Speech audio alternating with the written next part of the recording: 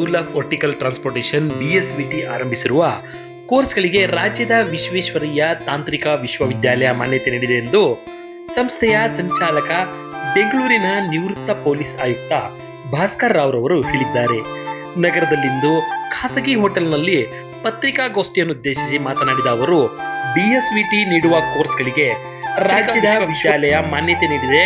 BSVT vertical transportation ಉದ್ಯಮಕ್ಕೆ ಅನುಗುಣವಾಗಿ ಹಲವು ಬಗೆಯ ಕೋರ್ಸ್ಗಳನ್ನು ನೀಡುತ್ತಿದೆ ಎಂದು ತಮ್ಮ ವಿಶಿಷ್ಟ ಪಠ್ಯಕ್ರಮ ಮತ್ತು ಬಲವಾದ ಉದ್ಯಮ ಸಂಬಂಧಗಳೊಂದಿಗೆ ವರ್ಟಿಕಲ್ ಟ್ರಾನ್ಸ್ಪೋರ್ಟೇಷನ್ನಲ್ಲಿ ಮುಂದಿನ ಪೀಳಿಗೆಯ ನಾಯಕರು ಮತ್ತು ಪರಿಣಿತರನ್ನು ಸೃಷ್ಟಿಸುವುದೇ ನಮ್ಮ ಧ್ಯೇಯ ಎಂದು ಅವರು ಹೇಳಿದರು.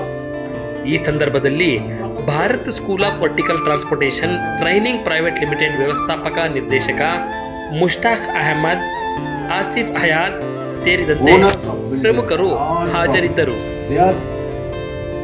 Putting the order for the elevator at the beginning stage.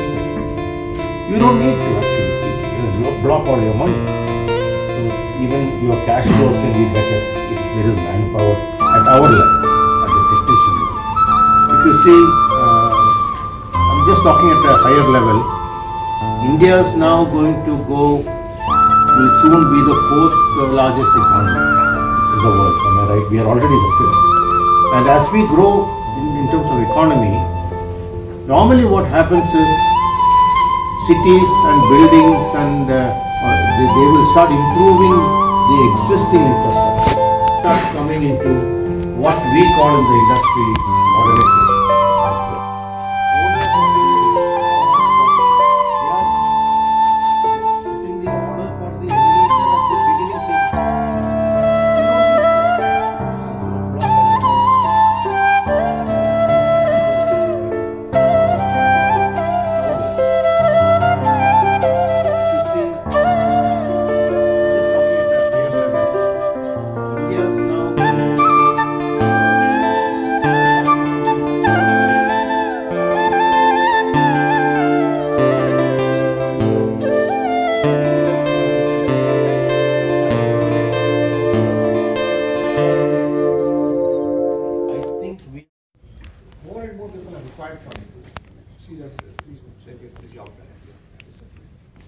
Expansion, you asked me the question. Expansion. We have VTU campus. Inside in VTU campus are some. ನಾವು ಈ ಹೊಸದಾಗಿ Bharat school of vertical transport ಅಂತ ನಾವು ಪ್ರಾರಂಭ ಮಾಡಿದ್ವಿ. Vertical transport ಅಂದ್ರೆ ಲಿಫ್ಟ್ಗಳು ಮತ್ತೆ ಎಸ್ಕಲೇಟರ್ಗಳು. ಈ ಲಿಫ್ಟ್ ಹಾಗೂ ಎಸ್ಕಲೇಟರ್ ಪ್ರಪಂಚದಾದ್ಯಂತ ಸಿಕ್ಕಾಪಟ್ಟೆ ಜಾಸ್ತಿ ಆಗ್ತಾ ಇದೆ. ಯಾಕೆಂದ್ರೆ ಭೂಮಿ ಮೇಲೆ ತುಂಬಾ ಒತ್ತಡ ಇರೋದ್ರಿಂದ ಎಲ್ಲರೂ ಹೈ ರೈಸ್ ಹೋಗ್ತಾ ಇದ್ದಾರೆ. ನಮ್ಮ ಮಹಾನಗರಗಳಲ್ಲಿ ಅಂತೂ ನೀವು ನೋಡಿದ್ದೀರಾ. ನೀವು ಅದೇ ರೀತಿಯಾಗಿ ನಮ್ಮ ಭಾರತದಲ್ಲಿ ಒಂದೇ ಅಲ್ಲ, south East Asia, Singapore, Hong Kong ಇತ್ಯಾದಿ ದೇಶಗಳಲ್ಲಿ ಮತ್ತೆ ಅದಕ್ಕಿಂತ ಜಾಸ್ತಿ ಡಿಮಾಂಡ್ ಇರೋದು ನಿಮ್ಗೆ ಮಿಡ್ಲ್ ಈಸ್ಟ್ ಕಂಟ್ರೀಸ್ ಇಂದ.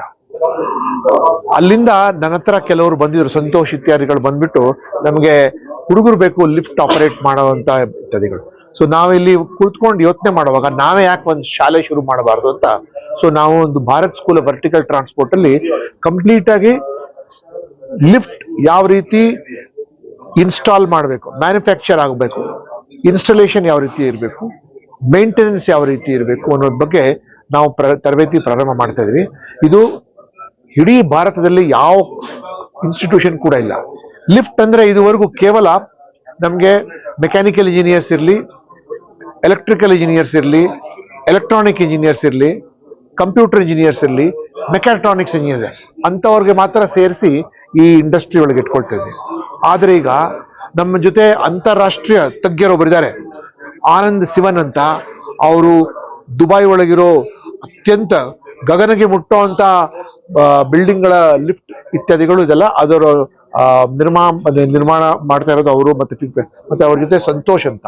ಸಂತೋಷ್ ಎಂಬವರು ಈ ನಾರ್ತ್ ಆಂಪ್ಟನ್ ಯೂನಿವರ್ಸಿಟಿ ಅಂತ ಇದೆ UK ಒಳಗೆ, ಅಲ್ಲಿ ಪೋಸ್ಟ್ ಗ್ರಾಜುಯೇಟ್ ಕೋರ್ಸ್ ಅಲ್ಲಿ ಇವರು ವರ್ಟಿಕಲ್ ಟ್ರಾನ್ಸ್ಪೋರ್ಟ್ ಅಲ್ಲಿ ಮಾಡಿದ್ದಾರೆ.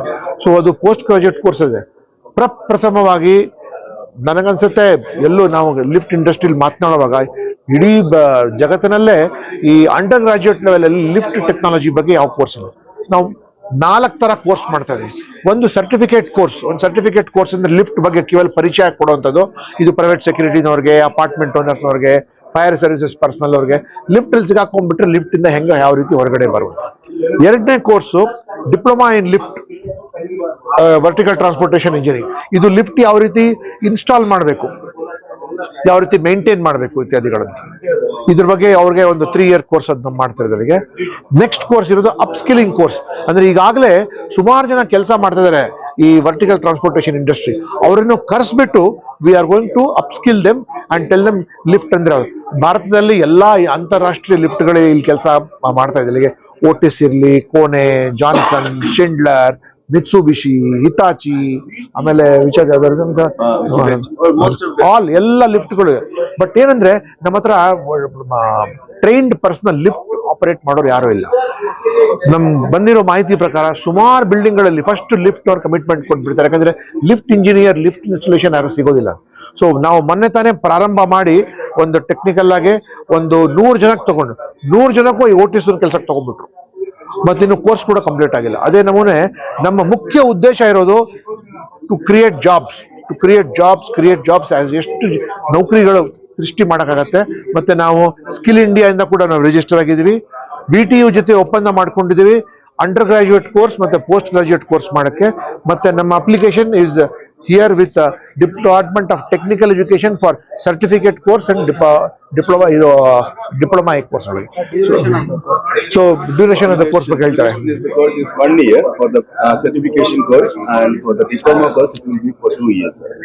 The 1 year course is contained with the 6 months of a theory program, and 3 months will be the practical in-house practical program, and 3 months will be the internship, which will be a paid internship with multinational companies.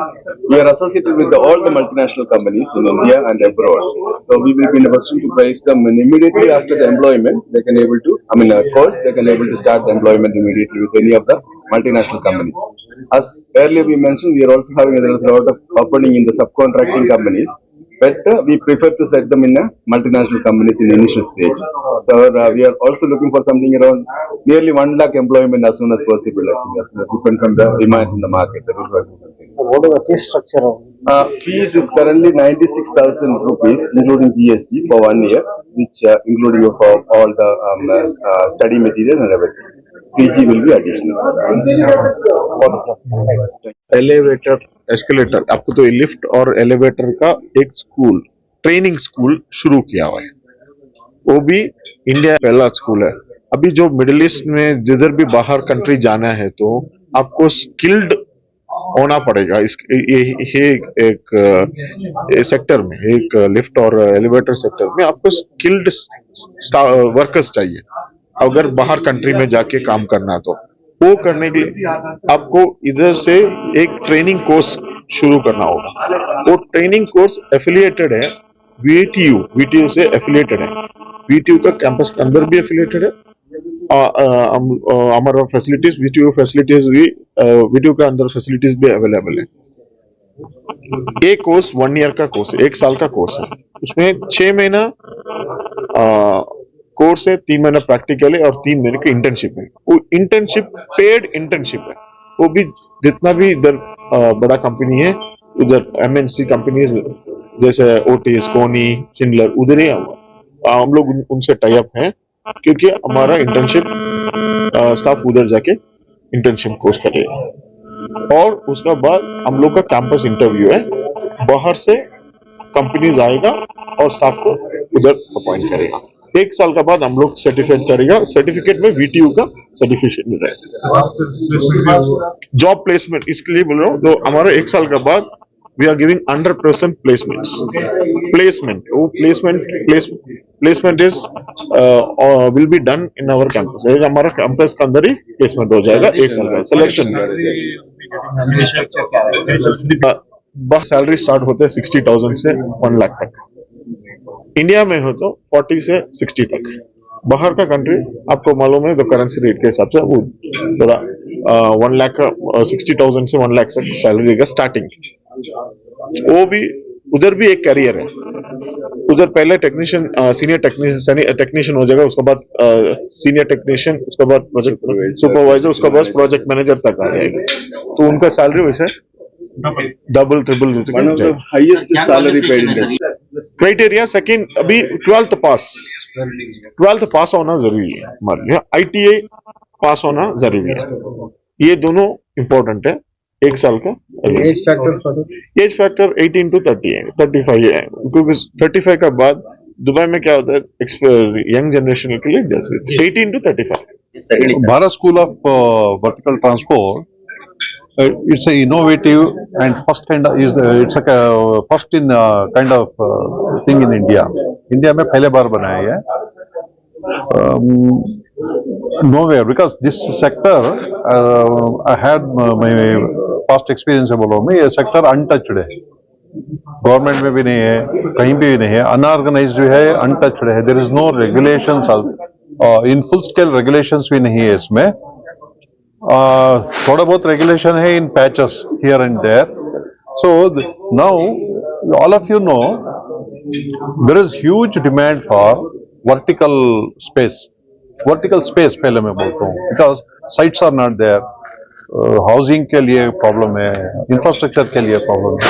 Now the things are coming up with the vertical thing. So vertical comes with the lift and elevator. So wherever you can अभी return होने में देखो, कहीं पे hospital में हो, government public office में हो, most of the places these lifts and elevators are unmanned है, कोई मैन ये नहीं कर रहा उसको। कंटिजेंसी हुई एक व्हीकल ही है, उसको भी है ना कुछ तो मेंटेनेंस के लिए, केयर टेकिंग के लिए कुछ तो होना पड़ता, लेकिन अनफॉर्चुनेटली इसको रेगुलेशन नहीं है, लेकिन इसलिए वो है ना अनमैन्ड होके जा रहा है। Therefore, the need of the hour in vertical